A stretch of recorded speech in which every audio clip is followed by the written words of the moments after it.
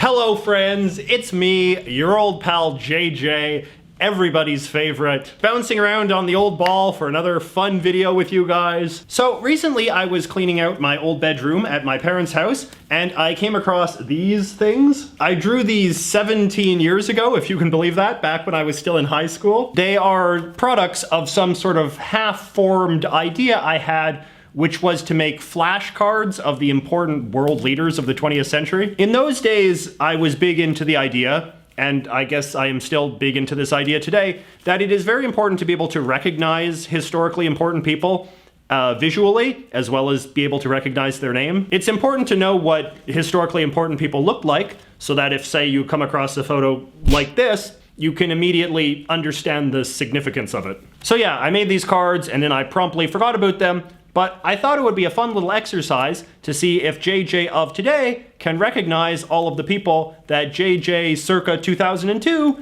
considered to be some of the most historically important people of the 20th century. I do remember that when I made these, one of my goals was to focus on world leaders who, while important, were not in like the upper top tier of fame. So there's no like Hitler or JFK in here. It's people like a tier below that. All right, if we're ready to go, you guys can play along with me. Oh yes, and before I begin, let me once again give a shout out to my ever loyal video sponsor, Skillshare. More about them in a bit. All right, so let's just shuffle up these cards. I promise you this is not rehearsed. Okay, I'm just gonna put them on the table behind me here and we'll pick them up one at a time. So, number one. Do we know who this is? All right, so this is Gamal Nasser. He was president of Egypt from the early 1950s to the early 1970s. He was a big deal, I guess, for sort of two main reasons.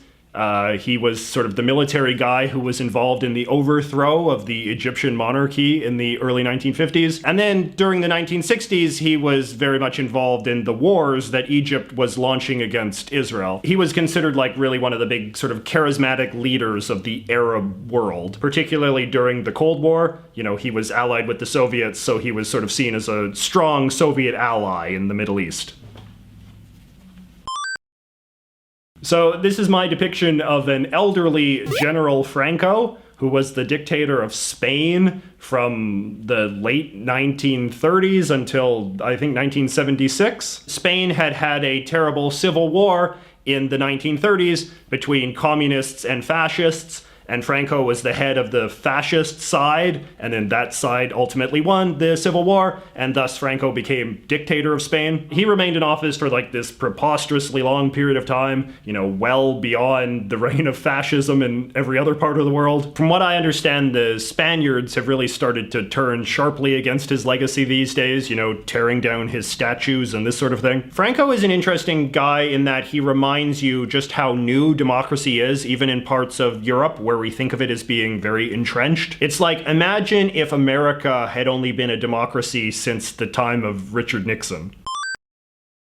This is Michael Manley, who is the Prime Minister of Jamaica. You can tell from the background. Michael Manley was in power in the 1970s and then the 1990s as well. He was a big charismatic socialist who was sort of one of the leading 20th century figures of Caribbean politics. His father had also been Prime Minister, and as you can see from my drawing, he was part of this kind of light-skinned, multiracial sort of ruling class that that country had for a very long time. I don't think it was until Michael Manley stepped down that Jamaica actually had its first black prime minister. Okay, this guy is Daniel Ortega. So Daniel Ortega was head of what they called the Sandinistas, which was a Marxist guerrilla movement in Nicaragua. He was backed by the Soviets, and his group actually took control of that country in the mid-1970s, I believe. And this really freaked out Washington. During the Reagan administration, they put a lot of effort into trying to get Ortega overthrown. America backed this anti-Ortega militia known as the Contras. This, of course, eventually led to the Iran-Contra affair, which is this whole other story. In the early 90s, I believe, Ortega held elections and he was voted out. But the ironic thing is that Ortega has since been voted back in power, and he is in fact still the president of Nicaragua to this day. And he has been quite a brutal ruler in a sort of Chavez type of way. Not quite as bad as Venezuela, but maybe heading down that path. Okay, so this guy's pretty famous. Hopefully we can recognize this guy. So this is Ho Chi Minh. He was the leader of the communist forces in Vietnam during the period of the Vietnam War, from the early 60s to the mid 70s. Ho Chi Minh is a sort of complex and controversial character. Don't really know what the mainstream historical consensus is on him these days. You know, he ruled the north of Vietnam as a very brutal dictator, but you know, the south was also run by brutal dictators, so I think a lot of folks would say it was this was part of the problem of the Vietnam War. It was a very morally gray situation. I think there is a general understanding, though, that Ho Chi Minh was very charismatic and was also very good at presenting the communist cause not strictly as an ideological thing, but rather as a sort of liberation movement, you know, the liberation of the Vietnamese people from foreign oppressors, who in this case were the Americans. All right, so this is Edward VIII. He was king of Great Britain for a year, 1936. He had come to the throne when his father died, but then he wanted to marry this American woman, Wallis Simpson, who had been divorced twice before. That was considered very scandalous in those days because there was this assumption that the king's wife should always be a virgin, and of course she was not because she'd been married twice before. So this was like the big tabloid story of the day, and eventually King Edward had to resign in order to marry Mrs. Simpson. He didn't die until the 1970s, but he sort of slunk into exile for the rest of his life. He's still a controversial figure now because it has since been revealed that he and his wife had a lot of Nazi sympathies. This is Zhou Enlai. He was the foreign minister of China in the 1970s under Mao Zedong. I don't really know a lot about him. There's kind of this idea that he was sort of like the straight man to Mao's often sort of more wild personality. So like he was like a very cerebral and very calm man, and he was very good at diplomacy and, you know, fostering relationships with America and the Soviet Union and all of this kind of thing, at a time when Mao was, you know, this kind of sometimes crazed dictator who could kind of go off the handle a bit. As a result, even though Mao often had a very bad reputation in the West, Zhou Enlai was sort of always kind of held up as sort of the respectable face of the regime. I'd be curious to know what his reputation in China is like these days. All right, this is Mobutu Sese Seko. Don't know if I'm pronouncing that right. This is one of these names I'm not used to saying out loud. He was the dictator of Zaire for a very long time, from the early 1960s until the mid-1990s. Zaire used to be known as the Belgian Congo. Today we call it the Democratic Republic of Congo. And old Mobutu here was quite a terrible tyrant, you know, very much considered one of the worst dictators of Africa in the 20th century. Famous not so much for his body count as much as just his incredible greed and vanity. You know, he ran a government for his own personal benefit. He stole all of this money so he could live in wealth and luxury at a time when the people were starving. A lot of folks would still hold him responsible for the dysfunction that that country has to this day. All right, this is Corazon Aquino, who was president of the Philippines from the late 1980s to the early 1990s. Her husband had been a big shot politician of some sort, but was then assassinated under the long dictatorship of Ferdinand Marcos. Mrs. Aquino then became a big opposition figure in the 1980s when the Marcos regime was starting to topple. And then after like lots of street protests and things, Marcos eventually fled and she was elected to power in his place. And the election to power of this small, modest woman who had famously had no profession except for housewife was really sort of seen as a vindicating triumph of democracy. Just because I have known a lot of Filipino people over the years, I know that the Aquino family is now quite a polarizing presence in the Philippines. Her son, Benigno Aquino III, would later become president in his own right. He only left office a few years ago. So I guess the argument would be that these folks sort of grew into being a dynasty of their own, which of course inevitably brings its own assorted negatives. All right, this is Leonid Brezhnev. He was the leader of the Soviet Union from the 1960s to the 1980s. He was a sort of communist hardliner who had come to power in the aftermath of the downfall of Khrushchev. who was considered more on the reformist side of things. I think that these days, when people reflect on the 20 years that Brezhnev was in charge of the USSR, it's generally regarded as a kind of low period, so to speak. You know, just sort of a very stagnant period in which the regime was very much committed to sort of like a very clearly broken communist ideology, and that in turn kind of broke the spirits of a lot of Russian people. Like, when you want to look at clear examples of why communism just does not work in practice, you look at the Brezhnev age. Just like the low standard of living and low quality of life that the Soviet people had during that time. Brezhnev was also very much associated with this ill-fated war that the Soviet Union launched in Afghanistan to sort of keep that country under control. It was just kind of this long slog, sometimes called the Soviet Vietnam. Not that we really need a metaphor to describe a long slog of a war in Afghanistan these days. This is General Suharto. He was the president of Indonesia from the 1960s to the 1990s. Considered a pretty harsh tyrant, but was also a real anti-communist, so he was an important American ally during the Cold War. I don't know that much about him.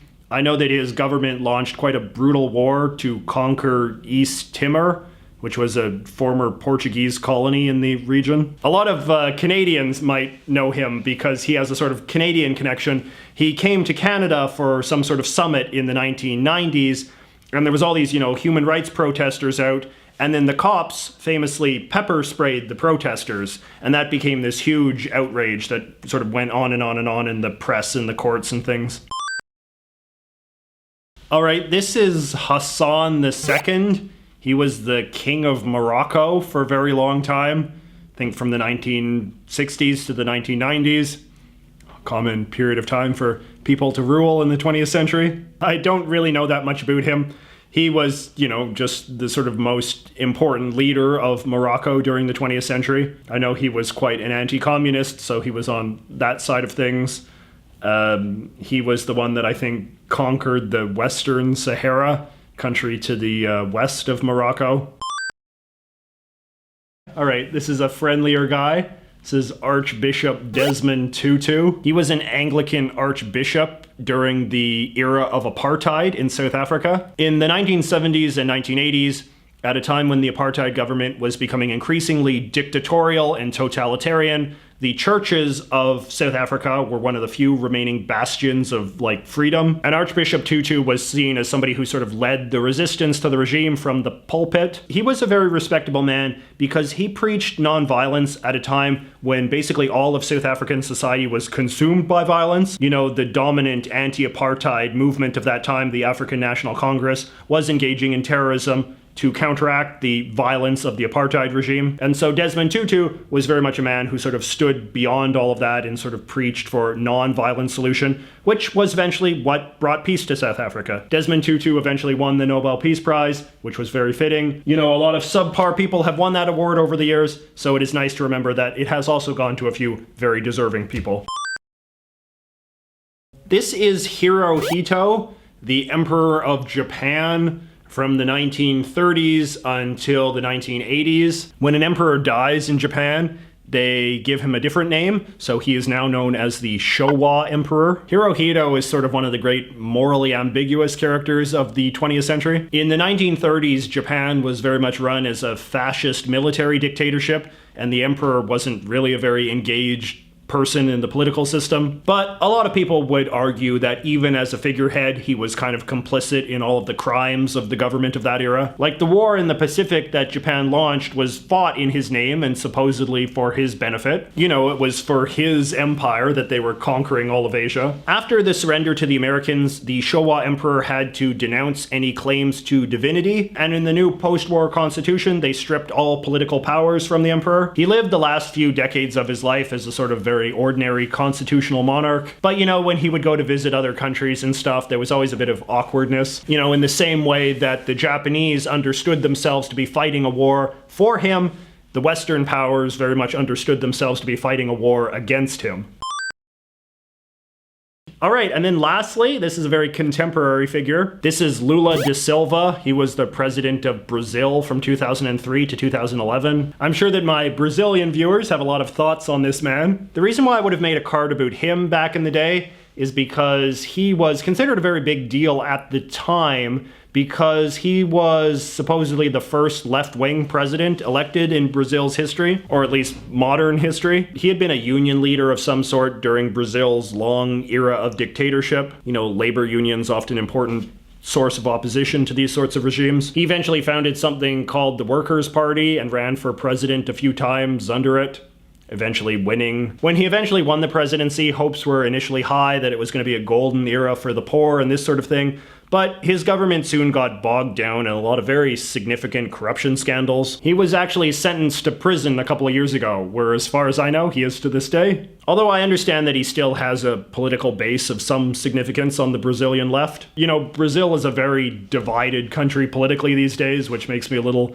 sensitive about saying things too firm in one direction or another, because I know someone's gonna get mad. Alright, so that was the first half of my set of flashcards of world leaders of the 20th century. Do you want to see me do a follow-up video where I do the next half? You know, I'm not gonna lie, as a matter of design, these cards are pretty lame. I mean, they're just caricatures on solid colored backgrounds. I realize they're also all different sizes. This is because while I've always been somewhat decent at drawing, I have always sucked at graphic design. If only there was some sort of website out there that specializes in teaching someone like me new skills. Oh wait, there is. And it's today's video sponsor, Skillshare. If you have any interest in getting better at anything, Skillshare is the website for you. It features over 25,000 high-quality video tutorials taught by thousands of qualified teachers, including a ton of classes on graphic design. And let's be clear, these are substantial classes. They're often over an hour long, in some cases 2 or 3 or more. I was watching this class the other day about Adobe InDesign,